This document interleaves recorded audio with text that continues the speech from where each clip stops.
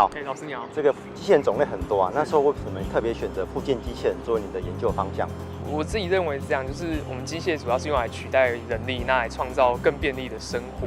对，那有鉴于我们社会正步入一个老年化的社会，而且我们的中风人口日益的提升。对，那为了我们提升我们的医疗品质啊，怎么创造一个便利然后又安全的复健机器人，就变成了我的研究目标这样子。是。那你这篇论文所发展这个复健机器人，跟前人的这个研究成果，或者是目前市面上的产品，你觉得有什么特色跟竞争优势吗？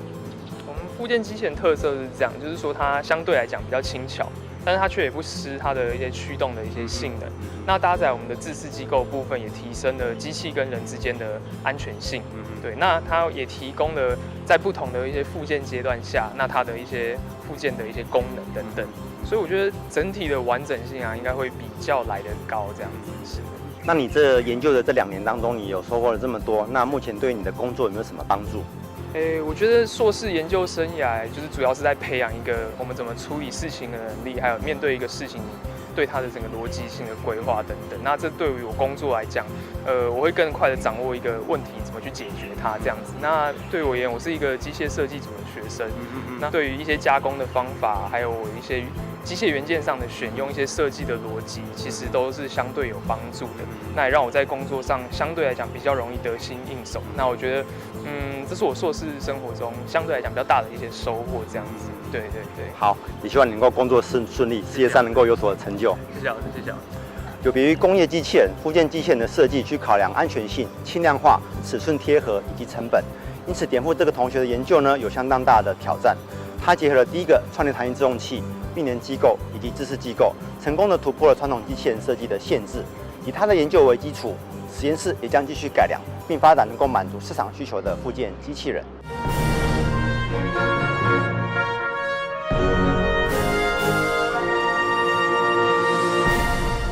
郑宇，恭喜你啊！那你在做这个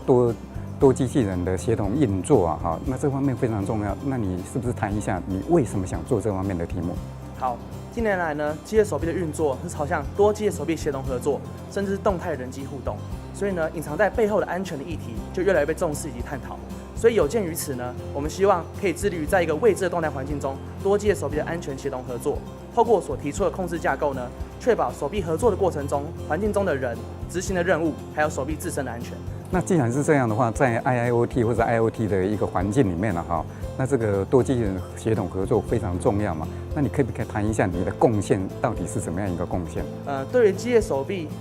自身，以及机械手臂与机械手臂之间，还有机械手臂与人3个互相耦合的系统呢，我们提出一个方案，去整合不同层级的安全议题，以及本身所设置的控制架构呢，是可以应用在不同种类的机械手臂中。那对于建立一个安全智慧工厂，可以提供快速且低成本的优势。另外呢，结合工业4.0的发展，我们建立一个云端机器人监控平台，可以及时的资料收集以及危险检测，必要时会传送讯息给所注册的系统管理员。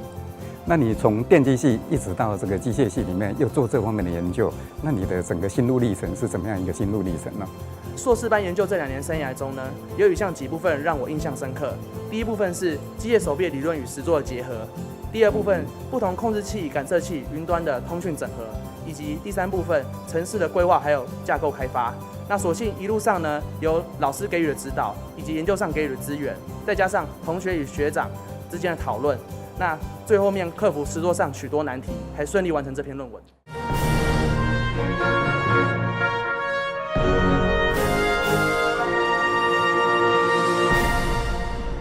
锦荣，你这2年做了这个论文，也完成了一个机械手臂上面的手眼力的控制系统。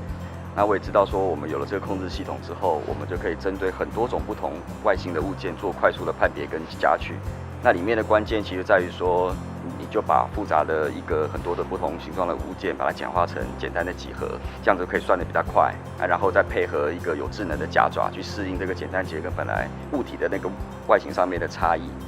那在整个里面，就里面碰了很多的东西嘛，你有眼的部分，有手的部分，有力的部分。那你要不要分享一下说，你这个过程中你的一些困难点，或者说有趣的地方是在哪里？困难的地方，举例像是因为这概念很简单，然后但是后来发现要把它构思成一个完整的理论架构，其实中间是很复杂的，然后也花了很长的时间。另外像是在于机械设计上面，就是以前大学的时候可能就是SolidWorks画画图，可是后来发现真的要把这个夹爪设计出来，不管是在材料挑选还是在加工制造上面，都需要做很多的功课，然后也要跟厂商讨论很多的问题。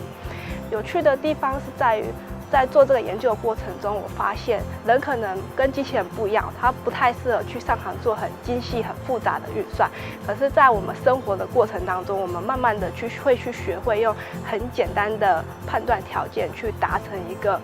可以去适应这个生活环境中很复杂的任务。这是我觉得在这个研究过程中发现很有趣的地方。这样子，这2年其实你也真的是完成了一个算是蛮复杂的系统啊。那希望现在你在继续在工作之后，能够继续把这个所学会的东西继续往下的发展下去。